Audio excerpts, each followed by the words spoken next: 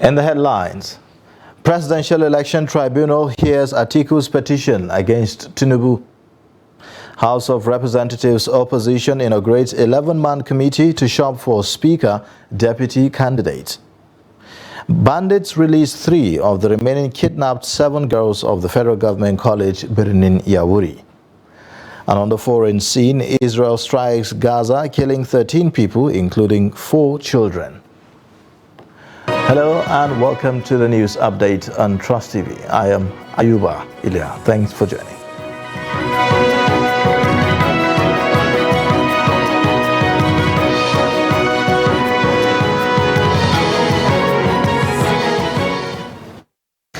Beginning with electoral matters, President-elect Bola Tinubu has asked the Presidential Election Tribunal to dismiss petition of Allied People's Movement challenging his victory from the February 25 presidential election.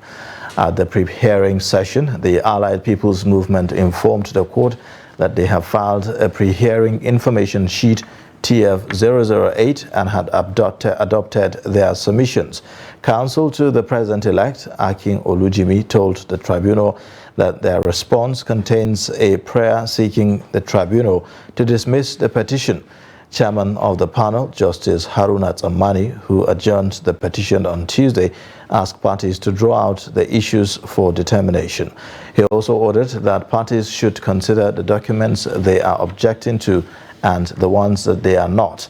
The respondents, Independent National Electoral Commission, All Progressives Congress, and the President-elect Bola Ahmed Tinubu and his Vice President, Senator Kashim Shettima, as well as Kabiru Masari, told the court that they have filed their various answers to the questions in the petition. The tribunal adjourned pre-hearing in the petition till 11th May. Members-elect from opposition parties in the House of Representatives under the aegis of the minority caucuses have constituted an 11-member committee to shop for candidates for the Speaker and Deputy in the incoming 10th National Assembly. The committee was inaugurated in Abuja following the resolution as contained in a communique last week on the decision of the minority caucuses, christened Greater Majority, to field their candidates. The Greater Majority, in the text of a press briefing jointly signed and addressed by the group's spokespersons, Afam Victor Ogene, Dachung Bagos, and Gaza Jonathan, in Abuja on Monday. They stated that they have announced to Nigerian people on Tuesday, May 2nd, 2023, their decision to field candidates for offices of the Speaker and Deputy Speaker from among their ranks. The 11-man committee is headed by Nicholas Mutu of the PDP as chairman, with Abdul Mumin Jibrin, NNPP Kano, as deputy chairman. Meanwhile, the House of Representatives has rejected a request by the Nigerian Communications Commission for 700 billion naira to provide access to 27 million Nigerians who do not have access to telecommunication coverage. The ad hoc committee of the House investigating the NCC's failure to provide telecommunications coverage and utilization of the Universal Service Provision Fund rejected the request on Monday, when the executive vice chairman of the commission, Omar Garba Dambata, and his team appeared before it. The committee, chaired by Bamidele Salam, also demanded details of over 2 billion naira project under the USPF, including an e-library project carried out by the NCC. The committee observed that in many instances there was no specific description of what was done in the contracts, adding that 80% of the project had no specific locations. It directed the NCC to provide specific addresses, project description, and specifications of each of the contracts awarded and listed in the 91-page document. Earlier, Ambata had told the committee that the NCC carried out a study through a consultant in 2013, which identified 207 clusters of access gaps of 37 million Nigerians. Now, it is about 2 months after the Central Bank of Nigeria directed commercial banks to issue the old Naira notes to Nigerians after the Supreme Court judgment directing the CBN to that effect. With the execution of both the court and the CBN orders, cash in circulation has increased and queues in banks and POS have drastically reduced. In Gombe State, point-of-sale operators say that they are experiencing low patronage as customers have resorted to mobile banking and cash withdrawal in bank branches. Trust TV's Ibrahim Ismail reports. This is one of the most patronized point-of-sale tents located along the Gombe-Bauchi Road in Gombe State capital. During the transition from the old to new Naira notes, Joy Nukan attended to more than 150 customers daily. But as the banknotes become more available, patronage has drastically reduced. They want to withdraw 10,000, maybe the 10,000 is 100 Naira or 200. They prefer to go to bank and withdraw there, you understand? They prefer to carry machine from here to bank and withdraw, you understand? For them to come and pay that charge to us, it's better for them to carry machine and waste their money to go and withdraw from the bank. Coming back slowly, so now it's going about after the cashless policy, like a lot of customers, but not anymore, it's coming low. While POS operators complain of low patronage, some Nigerians speak on their preferred methods of transaction. I was in the POS joint to collect money, and I've already been adapted to it due to that cashless policy. Nowadays, I don't feel like going to ATM or bank to go and collect my money because I know sometimes it's waste of time to transfer myself to bank or to ATM to join the queue. I used to feel it's just waste of time. For me to join those queues is rather for me to come to POS people to collect my money in this short of time and move on with my daily activities. I am afraid Nigerians will face another difficulties if the new notes are not available. I am advising the incoming president to remember the hardship faced by Nigerians and address the problem. On the flip side, others complain of scarcity of the new Naira notes, raising fears that if appropriate authorities fail to make the new banknotes available before the end of the year, Nigerians will be forced to further financial difficulties that is akin to or worse than when the old notes cease to be legal tender. There is new Naira notes, but it mixed with the old one actually. Yes, and the old Naira note is more than the new Naira note. It could be recalled that the Supreme Court had ruled that the old Naira notes will continue to be legal tender until the 31st December 2023, but it is not clear if the incoming administration of the President-elect Bola Tinubu may have a different policy on the matter. Ibrahim Ismail, Trust TV News, Gombe. 3 of the remaining 7 girls of the Federal Government College Birnin Yawuri, Kebbi State, being held by bandits have been released. Those released are Elizabeth Ogechi Nwafo, Esther Sunday, and Alia Abubakar. Chairman of the Parents of the Abducted Schoolgirls Forum, Salim Kaoje, who confirmed the development, said that 3 girls were released to them on Sunday evening by their abductors, but they arrived Kebbi on Monday afternoon. It will be recalled that 96 of the Federal Government College Birnin Yawuri were abducted by bandits when the school was attacked on 17th of June 2021, barely 2 years now. 4 out of the 11 girls are still being held by the bandits. At least 40 worshippers of Bege Baptist Church in Chikun local government area of Kaduna State have been abducted by terrorists during church service on Sunday morning. The chairman, Christian Association of Nigeria, Kaduna State, Reverend John Joseph Hayab, who confirmed the abduction on Monday, said 15 of the victims have escaped, while 25 are still in the hands of the terrorists.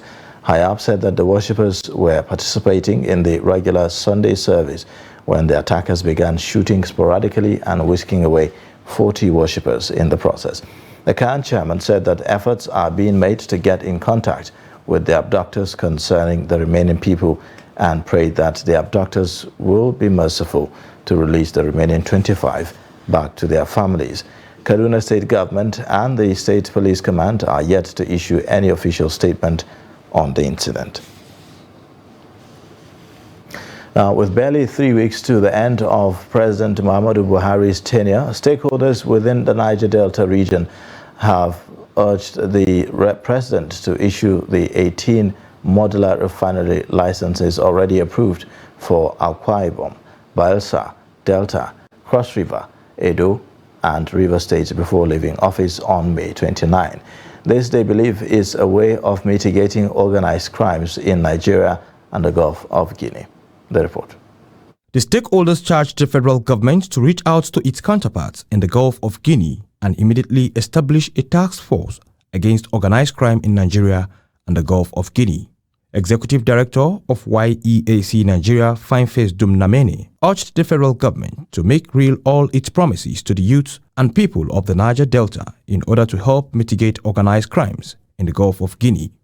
Fineface said instead of pipeline surveillance contracts, the government should provide alternative livelihood opportunities for those displaced by the war against artisanal refining, regretting that organized crime thrives since security agencies who are supposed to stop it are involved. So I think the government should adopt and include the carrot approach, which is alternative livelihood opportunities for the youths that have been, thrown out of their operations by the stick approach. That they have to do by providing the modular refinery licenses, establishing the Presidential Artisanal Crude Oil Refinery Development Initiative that legalizes artisanal refineries. We are also calling on the federal government of Nigeria to synergize with other member states of the Gulf of Guinea Commission, and they should coordinate efforts that they can use to mitigate organized crime in the Niger Delta. Fineface also highlights the objective of the Network Task Force Against Organized Crime in Nigeria and the Gulf of Guinea.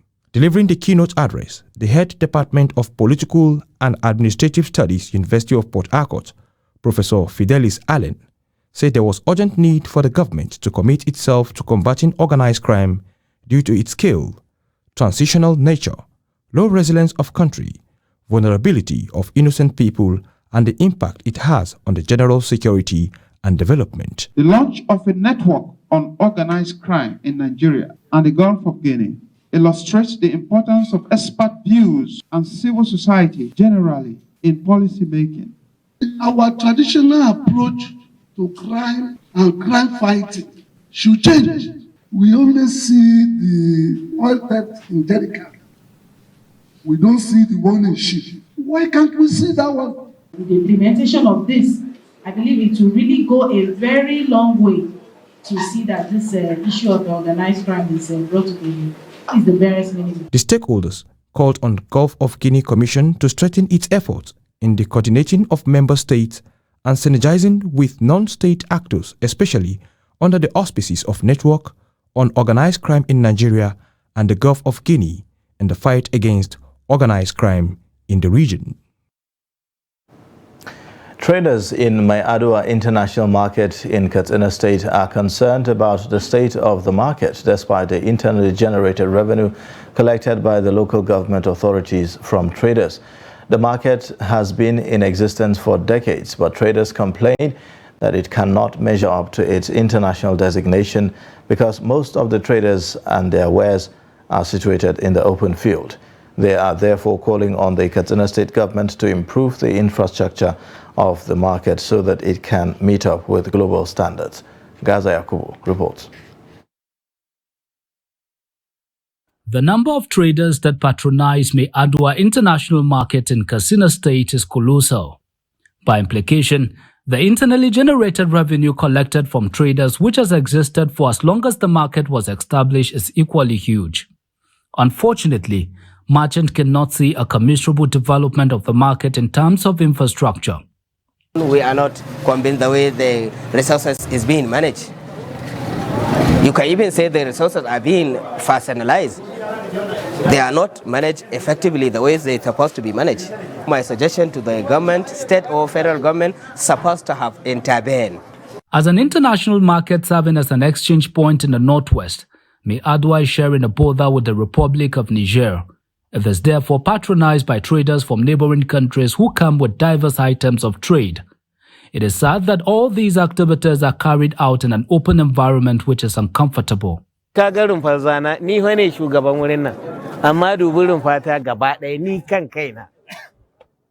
the head of this market, but I'm not happy with the condition of this market because there's not even a room to stay despite the scorching sun. I'm appealing to government to come to our aid. The government should help us in this market, especially during the rainy season.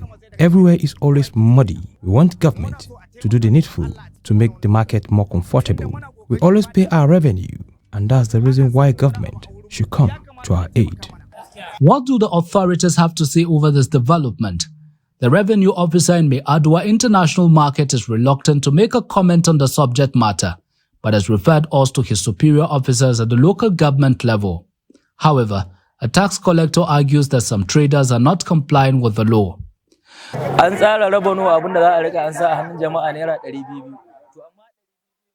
The revenue they give is affordable instead of the people to pay the 200 naira. Most of them are not complying. If we give them the receipt of the payment, they don't pay. The capacity of the local government to generate revenue internally is a very crucial consideration for its creation. It has been established that Meadua Local Government Council in Katsina State is generating revenue to justify its existence, largely through its market. However, little is being done to improve the standard of these very important golden goose. Gaza Yakubu, Trust Television News, Katsina. You're watching the news update on Trust TV. Coming up shortly, we'll take a look at signing autographs on graduation day. Details and more after the break. Now, as part of efforts to support Africa's goal of strengthening... Now, looking at the activity chart, as you can see right here, a total volume of 130... Treated a Boko Haram crisis that at that time was restricted to Yobe. How secure are they? You can see security men with blood. This is the road leading up to the... Already, if you look at English squad, you are looking at EPL, you are looking at their names. You are not looking at...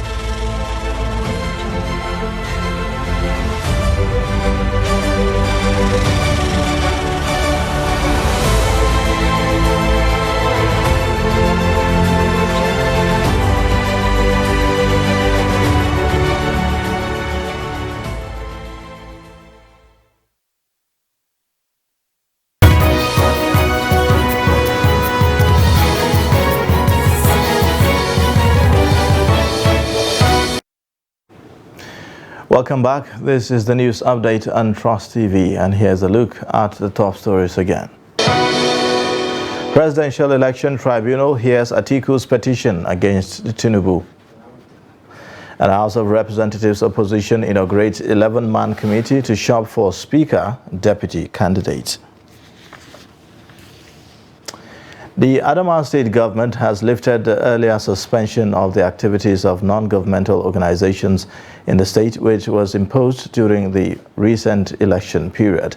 This was contained in a statement by the press secretary to the governor, Humwashi Wonosiko, on Monday. According to the statement, the governor, while lifting the ban, appreciated the cooperation of the NGOs, which he said contributed to the successful conduct of the elections. He urged them to go about their humanitarian activities according to the rules of engagement in order to deliver on their mandate.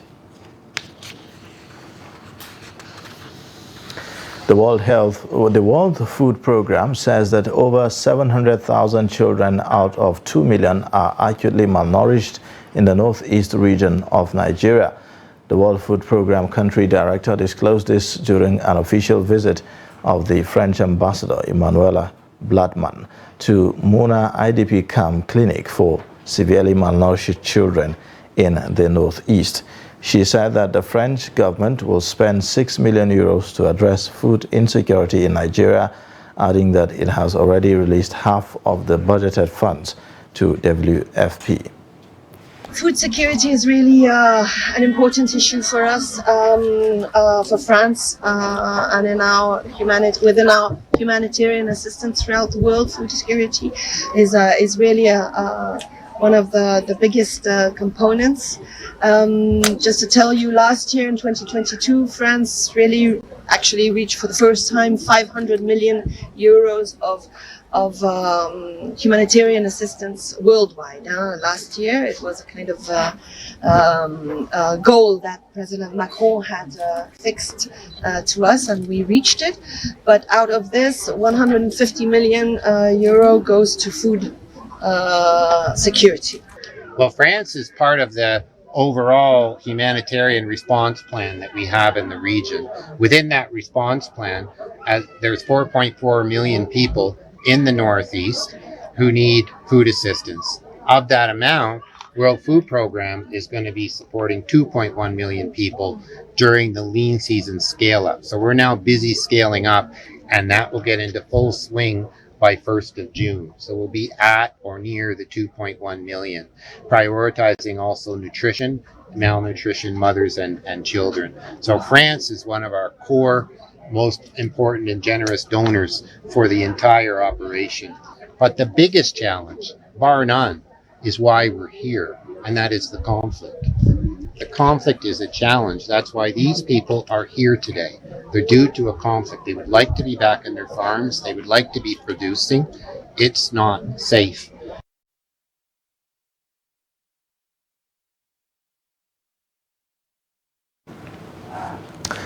Now, it has become a tradition for students of higher institutions to sign their signatures on the clothes of their fellow students when they take their last semester examinations.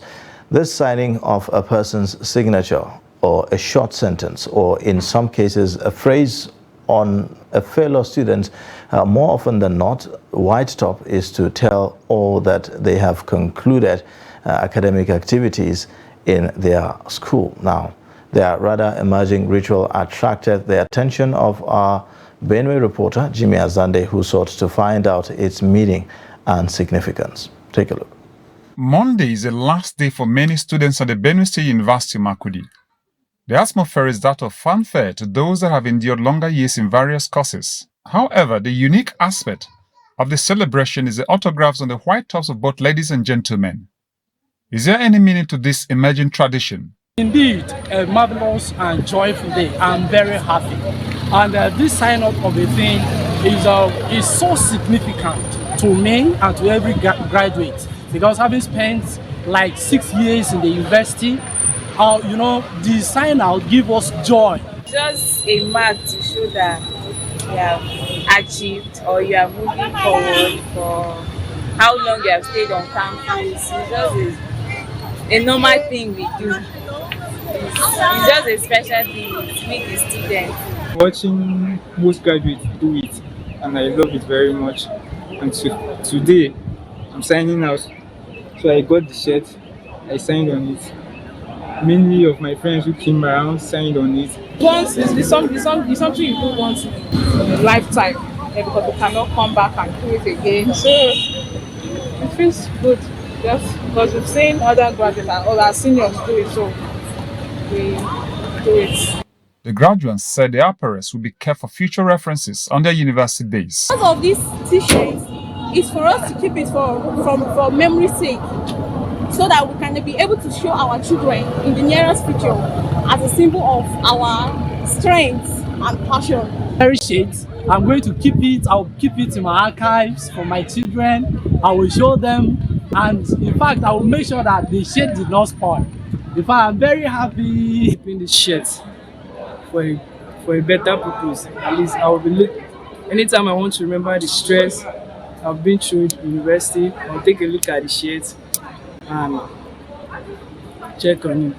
So this signing up, it shows the happiness and the joy which we have gotten from it, and the stress we have been through. Although it is just the last day of examinations, it always comes with joy, as the rigors of daily school attendance and reading for examinations have come to an end. Now, on the foreign scene, 12 people have been killed in Israeli air raids on the Gaza Strip in what Israel's military said was the targeting of members of the Palestinian Islamic Jihad movement. The Ministry of Health declared that 12 people were killed in the Gaza Strip and at least 20 others were injured in the Israeli air attacks. The 20 injured people were also civilians. Explosions targeting residential apartments were heard about 2 a.m. local time on Tuesday in different parts of Gaza.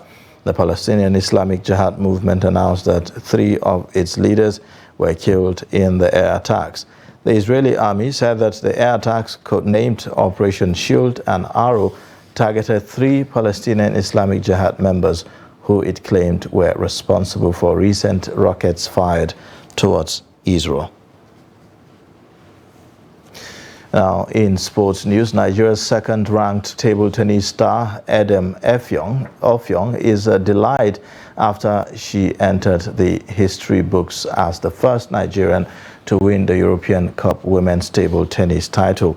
Edem Effiong, currently ranked 142nd in the world, helped her Italian Kataro Mori Cagliari record the famous victory over Hungary's ITB Budaörsi Sport Club in the final over 2 legs in the Budapest. The Italian team emerged victorious in both legs with a 3-2 win in the first match and a 3-0 win in the second match. Effiong recovered from an opening set defeat to beat Maria Fazekas 3-1 in the second leg after she had trashed the Hungarian 3-0 in the first leg. And that's it for the news update. You can watch more via all our social media platforms and also on our YouTube live stream. I am Ayuba Ila. Thanks for watching. Bye for now.